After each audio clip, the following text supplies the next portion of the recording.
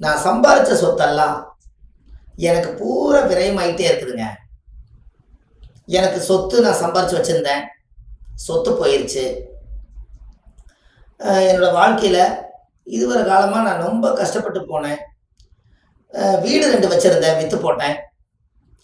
ஒரு வண்டி ஒன்று இருந்துச்சு, அதுவும் விற்றுட்டேன்.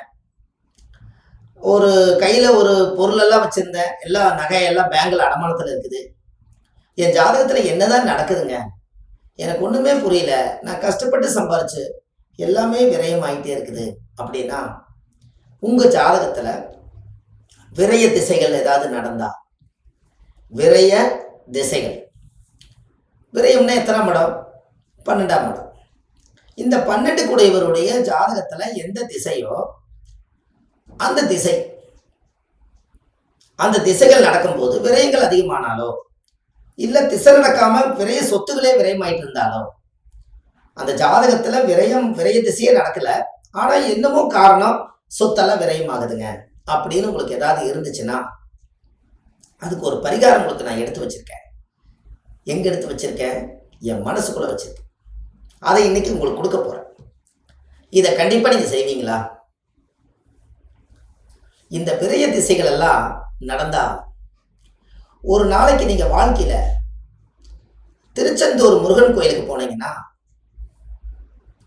அங்க நிறைய செப்பல் செருப்பு ஸ்டாண்ட் இருக்கும். அதை எல்லாம் நம்ம செருப்பெல்லாம் கோயிலுக்குள்ள போறதுக்கு முன்னாடி கழட்டி அவங்க வச்சுட்டு கோயிலில் போய் சாமி கும்பிட்டு வாங்குவாங்க.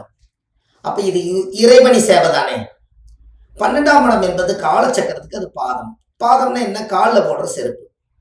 இங்கிலீஷில் அது செப்பல், ஆனால் தமிழ் வார்த்தை செருப்பு தான். இந்த செருப்பை எத்தனை பேர்த்துடைய பாதங்கள் நீங்க பட்டு நீங்க வாழ்க்கையில நல்லா இருக்கும்னு நினைச்சா, ஒரு நாள் அந்த இறைவனி சேவை உங்களால அச்சப்படாம செஞ்சீங்கன்னா உங்களுக்கு ஜென்மத்துக்கு விரைய தோஷம் வராது. அதுக்கு நீங்க என்ன பண்ணணும்?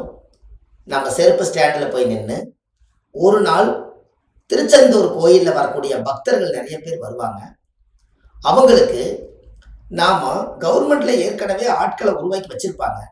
இருந்தாலும் நீங்க உங்களுக்கு அந்த திசை நடக்கிறனால நான் கொஞ்ச நேரம் அந்த இறைவனி சேவை செய்யணும்னு சொல்லி எல்லா செப்பலையும் வாங்கி நீங்க ஸ்டாண்ட்ல வச்சுட்டு திருப்பி நீங்க அதை கொடுத்துட்டே இருந்தீங்கன்னா, 12ஆம் இடம் என்பது பாதம், பாதம் என்பது செருப்பு, வாங்கி வைக்க கொடுக்க, அவருக்கு தொலைஞ்சு போக கிடைக்க, இப்படி எல்லா தோஷம் உங்களுக்கு விட்டு போயிடும். அதுக்கப்புறம் உங்க வாழ்க்கையில ஒரு பெரிய மாற்றம் ஏற்படும்.